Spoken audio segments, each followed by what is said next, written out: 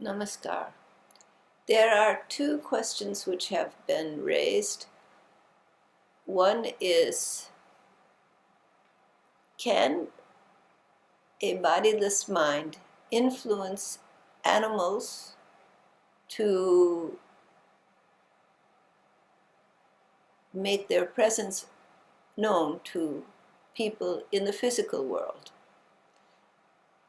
And the second question is, are there those who can assist, or do souls become stuck in the physical plane, and are there ways to assist them to move forward? Both are very good questions. First of all, a bodiless soul, a being who has left the physical world, goes through stages of integration into the non-physical realms, into the subtler causal realms of being.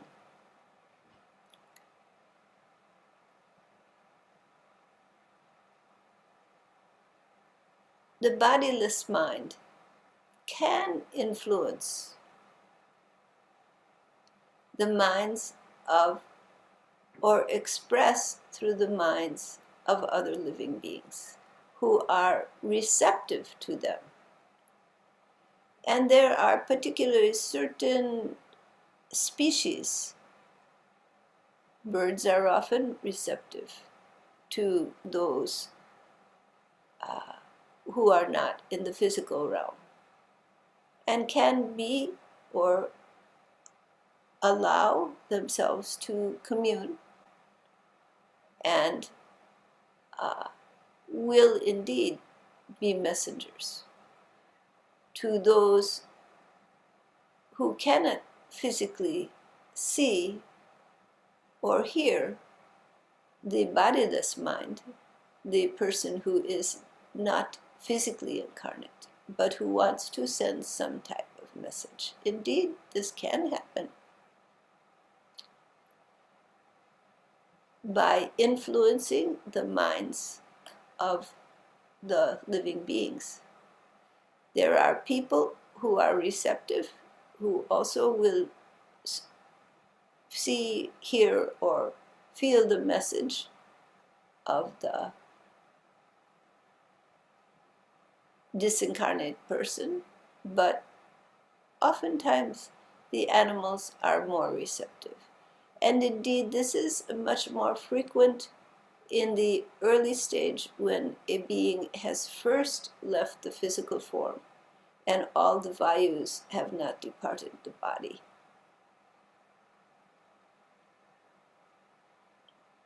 Because in that early stage of departure, certain vayus remain active in the physical body, and the soul remains connected to the physical world to one degree or another. As the body continues to deteriorate, the soul disengages further from the body. This can happen somewhat quickly, or it can take a little time. During that process, the soul, the person, is connected to the life in which they have lived. They are connected to the physical realm. They may feel some disorientation, as has been said. That can happen because their expectations were a little different, and they did not expect to be still conscious and aware.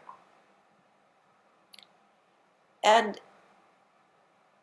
as they are still engaged in something important to them in the physical realm, they may be drawn to something they are very worried about, some deep love they have for someone, some unfinished business that they want to resolve. And so they can be drawn to want very badly to process this. And they can become even confused that they are dead.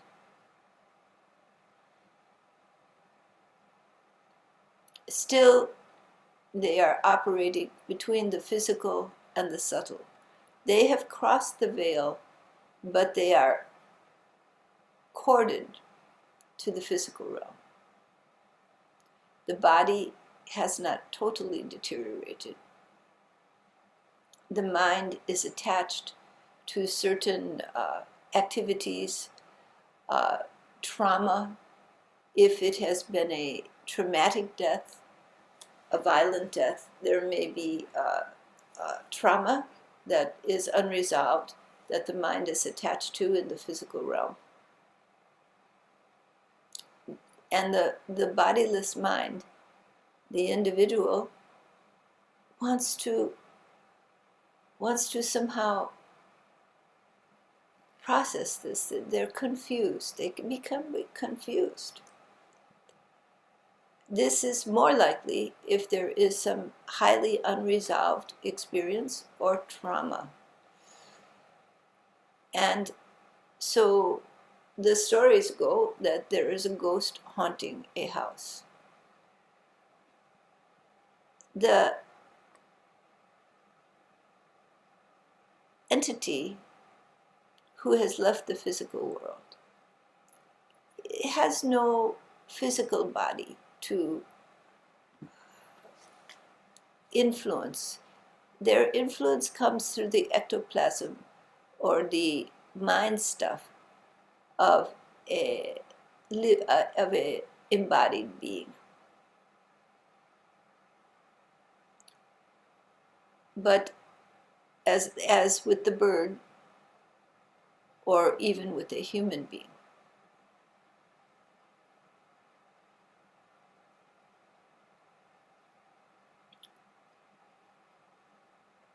so the question has arising is, what of the stories that the light bulb has suddenly gone on or off, or other unnatural phenomena occur that are attributed to the ghost spirits?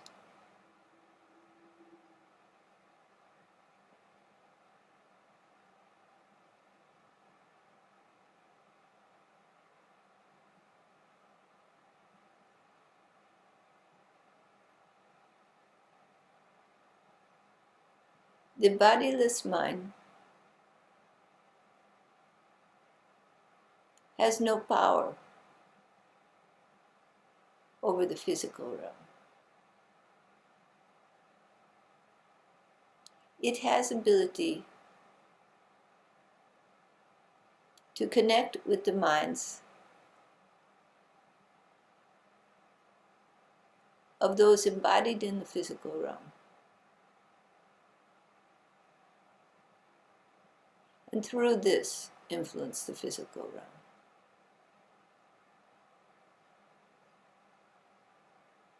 But there is no physical nervous system.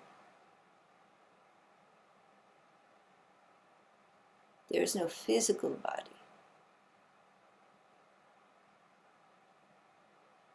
to actually interact in the physical realm.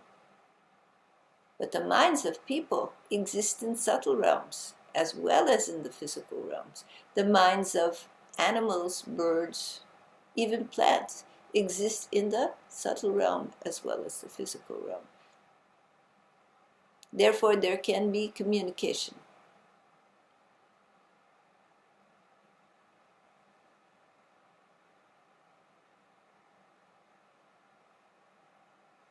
Not through the five senses,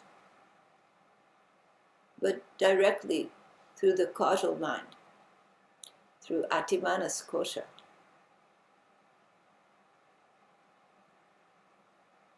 It can be experienced in the sleep, in the dream form, when the mind is more receptive. And for some people, it can be experienced because their clairvoyant capacities are more. So they experience the sight of those.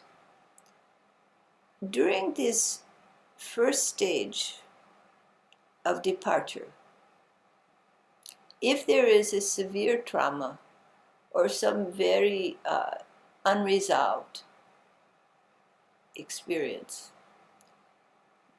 the person who has passed from this physical realm may, for some time, stay connected because they are drawn into that unresolved process and they are a bit confused. Those beings who have the subtle psychic capacity to commune with them may offer to them guidance and understanding that the individual may lack, so that they can be assisted to move onward and to let go of their attachment to the physical realm and the life that they have just left, the body they have just left, the engagements they have just left in the physical world, and to move forward. With or without assistance, all beings will move forward eventually. And most within 2 or 3 days, but few, it'll be a little longer. And as they move forward, they begin to lose interest in the life that they have had, in the engagements, in the commitments, in the responsibilities of their life, or the traumas. They begin to lose interest, and their mind fades from the physical world. Their engagement with it begins to dissolve. And the bodiless mind ceases to worry about those things that have bothered them. In the first leaving, most will go into the light. And from the light, those desires unfinished in the life will draw some back, most back, not all, to resolve whatever. If the life has been very resolved, the person dies in a state of resolve with this life.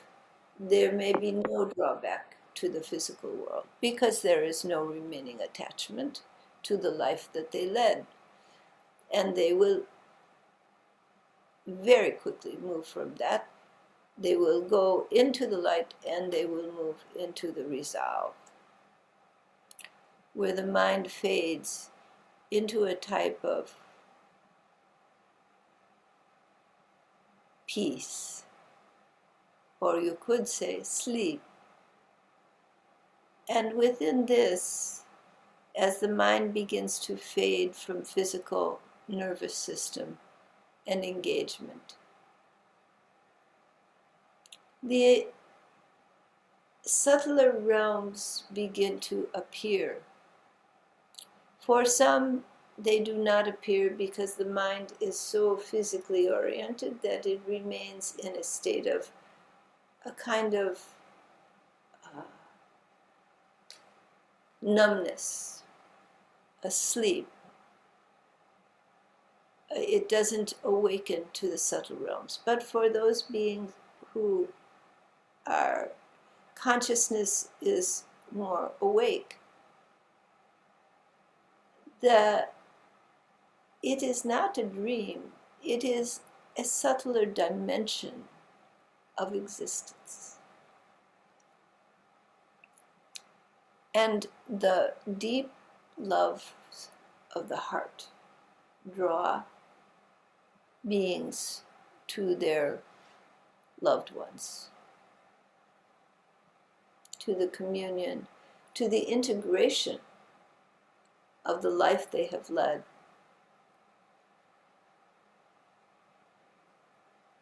And the lives they have led. For in this realm, all the bodies that have been maintained are known.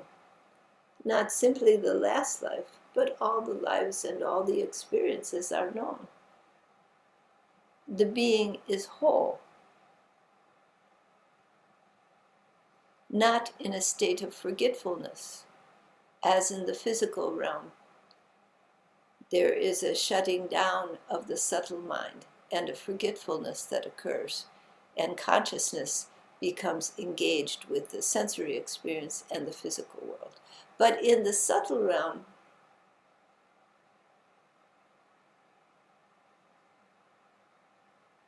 there is awakeness of the causal mind.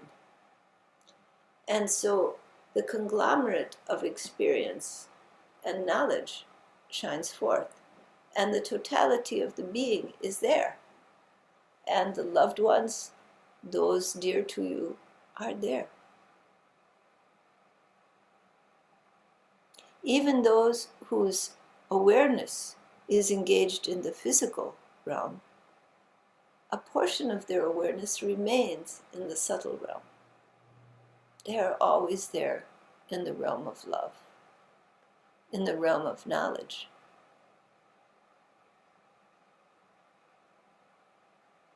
In the realm of divine connection. And for those whose minds have understood the depth of the interwovenness, you are a part of the cosmic mind. And there is a movement into the bliss, into Anandamaya Kosha and Hiranyamaya Kosha, to experience the bliss body and the divine connection. The recognition that you are part of the whole of being. This is the joy. This is the joy of human life. This is the joy of resting in the truth of love, in the connectedness of life.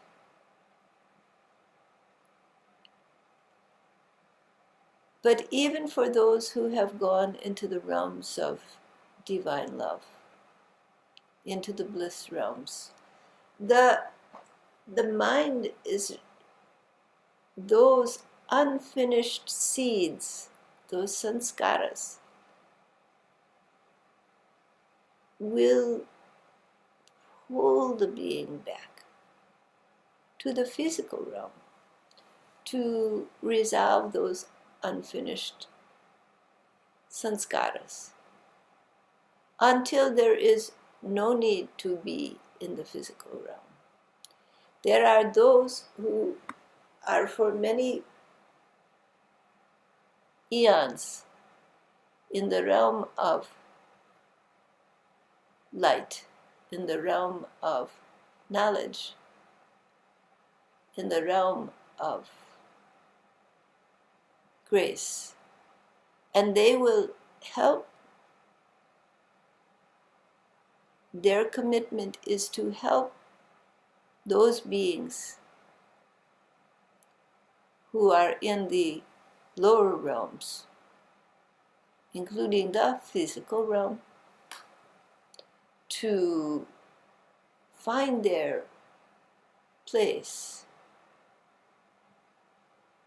to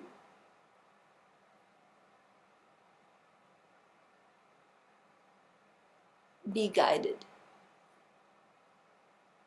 These are beings of light. In Christianity, they are known as angels. In the yogic philosophy, they are known as Kaimurti.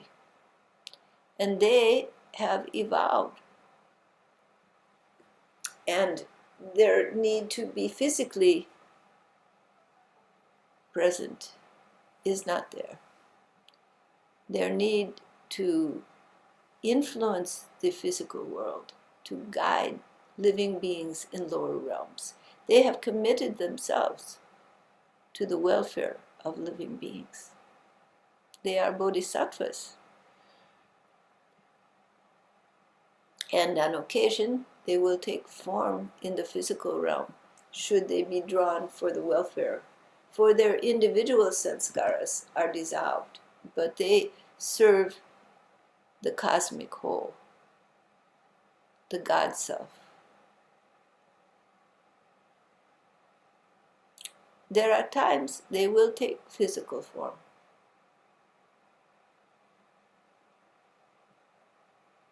For the welfare of living beings.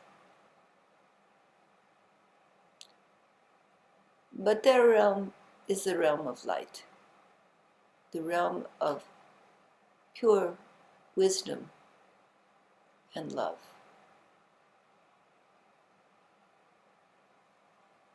And they guide, care for the living beings. The cosmic,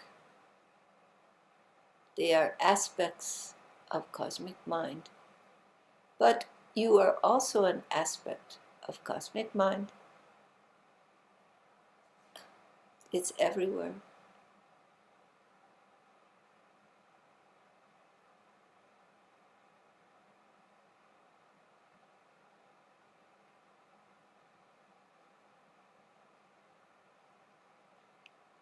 All right.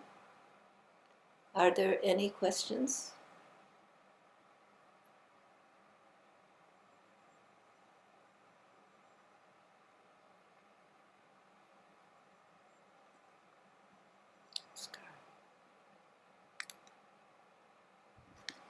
Baba, I have a question. Yes.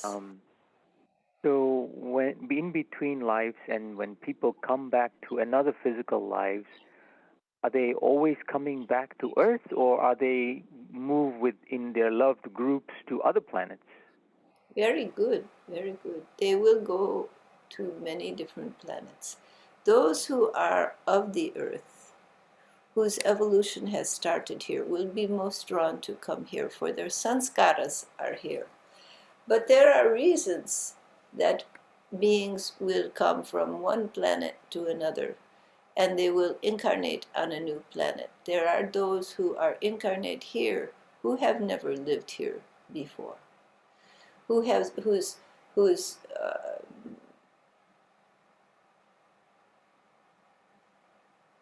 place of origin of their soul, of their evolution as a unique individual, has come from a different place in this physical world.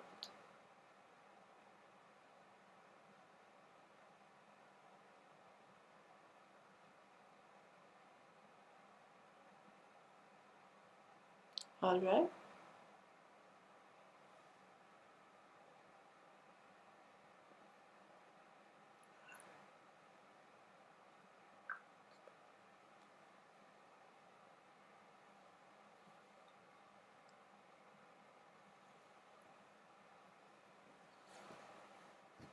Any comment before we begin Dharma Chakra? And I do need to leave at 10:30, so shorter Dharma Chakra.